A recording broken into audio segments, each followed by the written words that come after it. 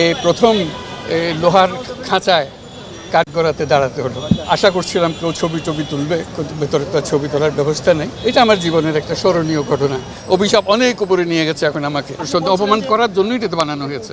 মহাকাব্যে কিছু দেবদেবী থাকে, তারা অভিশাপ দেয়, এবং যাদের উপর অভিশাপ দেয় তারা অভিশপ্ত জীবন যাপন করে। আমিও মনে হয় এরকম কোনো মহাকাব্যের অংশ হয়ে গেছি।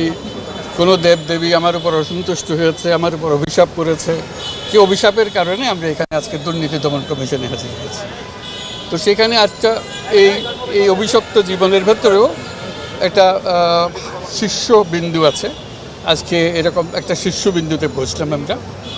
এই প্রথম লোহার খাঁচায় কাঠগড়াতে দাঁড়াতে হলো।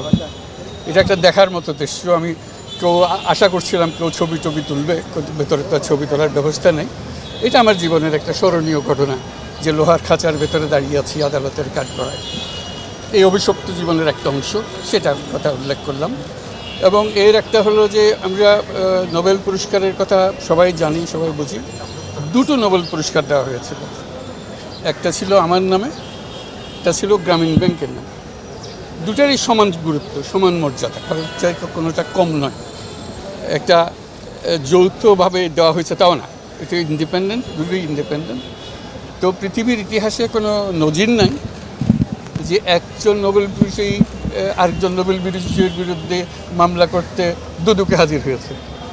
এটা আমাদের কপালে হলো। এটা অভিশাপের একটা অংশ। যে অভিশাপ আমরা বহন করে যাচ্ছি, সে অভিশাপে এমন জিনিস হয়েছে যে একটা নোবেল বিজয়ী, এবং নোবেল বিজয়ী হলো যে খুবই সম্পৃক্ত নোবেল বিজয়ী, যে অনেকটা পিতা পুত্রের সম্পর্কের মতো নোবেল বিজয়ী, যে আমার কারণে এটা সৃষ্টি হয়েছে এবং তারা নোবেল পুরস্কার পেয়েছে, সেটাও আমার সঙ্গে যুক্ত হয়ে পেয়েছে।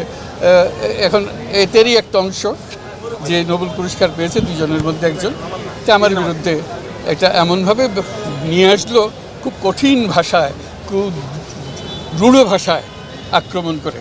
অভিযোগ থাকতে পারে, কিন্তু রূঢ় ভাষায় আক্রমণ করে অভিযোগগুলো করা, যে অভিযোগের কোনো ভিত্তি নেই, যেটার ব্যাপারে আমরা আপনাদেরকে সবাইকে জানিয়েছি ঘটনা কী ঘটেছিল। এটা ঘটনার মধ্যে কোনো সত্যতা তো নাই। যে জিনিস দিয়েছিলাম সেটার জন্য আমাকে অভিযুক্ত করা হচ্ছে, অনেক টাকা মেরে দিয়েছি ইত্যাদি ইত্যাদি। এবং এই পর্যন্ত আমার বিরুদ্ধে যত অভিযোগ এসছে, এই অভিযোগ এসছে আমার বিরুদ্ধে এবং আমার সহকর্মীদের বিরুদ্ধে। তারা অভিশাপের একটা অংশ, সেই অভিশাপ তাদের উপরে পড়েছে। এইটা আমার কাছে খুব কঠিনভাবে আমার মনে দাগ কেটেছে, কষ্ট লেগেছে, কারণ আমার পরিবারকে আক্রমণ করেছে।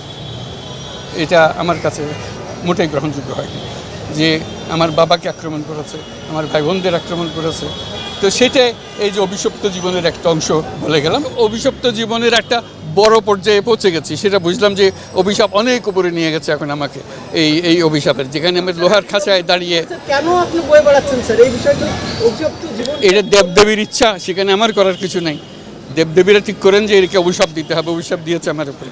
এই লোহার খাঁচাটাকে আপনি কিভাবে মানবিক দৃষ্টিতে দেখেন? আমি এটা প্রতীকী হিসাবে দেখছি। এটা আমাদের বিচার ব্যবস্থায় কেন আছে, কিভাবে আছে, কার জন্য করা হয়েছিল, এইসব বহু প্রশ্ন আছে, কিন্তু আজকের দিনে সেটা আমি প্রতীকী হিসেবে দেখছি। আমি অভিশপ্ত মানুষ, আমার কাছে সব কিছু এখন গ্রহণ করতে দিতে হবে। অত্যন্ত অপমানজনক তো বটেই, এটা তো বটে। এটা নিয়ে অপমান করার জন্যই এটা তো বানানো হয়েছে। এটাকে সম্মান দেওয়ার জন্য তো বানানো হয়নি, অপমানের চূড়ান্ত পর্যায়ে নিয়ে যাওয়ার জন্য এটা বানানো হয়েছে। লোহার খাতা কি উঠিয়ে দেওয়া উচিত? অবশ্যই উঠিয়ে দেওয়া আছে।